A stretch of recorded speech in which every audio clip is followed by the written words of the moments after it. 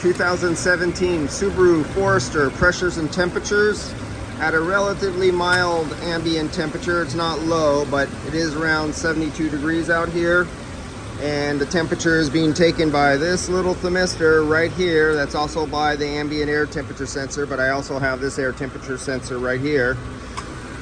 And you can hear this clutch cycling on and off, on and off, on and off constantly, because it has satisfied the load in the vehicle. It's got down to its minimum temperature of 40 degrees. That's where it's at coming out the dash right now, but it's constantly going up and down. It's going down to 40 degrees. The clutch goes off, it goes out to about 45 degrees, then clutch comes on and it goes back down. So it's constantly going like this. And you can see you have no stable superheat and subcooling. There's no way for you to go by this at all under these ambient conditions with this vehicle.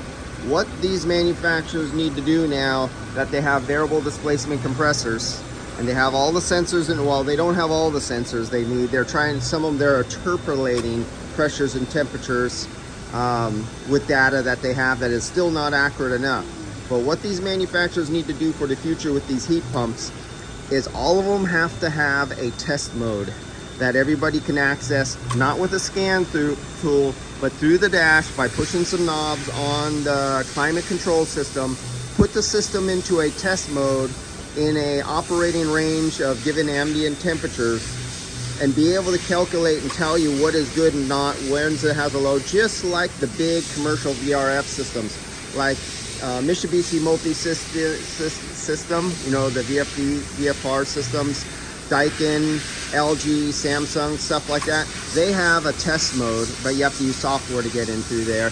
But the automotive manufacturers need to get together, and it's not just automotive manufacturers, it's the manufacturers who supply the automotive manufacturers with these air conditioning packages. One manufacturer like Denso can supply packages to Toyota, to Honda, to Fiat, to Chrysler, and we got, oh no, this is Vallejo, this is the French company. And sometimes on a few systems you'll see a Nippa Denso compressor on a Subaru too.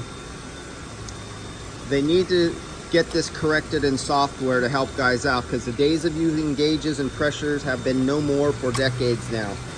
Since the first variable displacement compressor came out in somewhere around 1985 on a Cadillac, that V5 with the mechanical variable displacement control valve inside of it, since those days shops have been having a really hard time diagnosing, and we're burning up compressors left and right, and it's just gotten worse.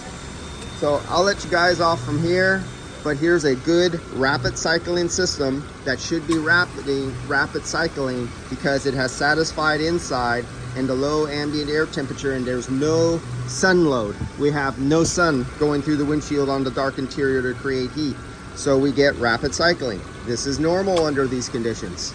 All right guys, I'll see you later.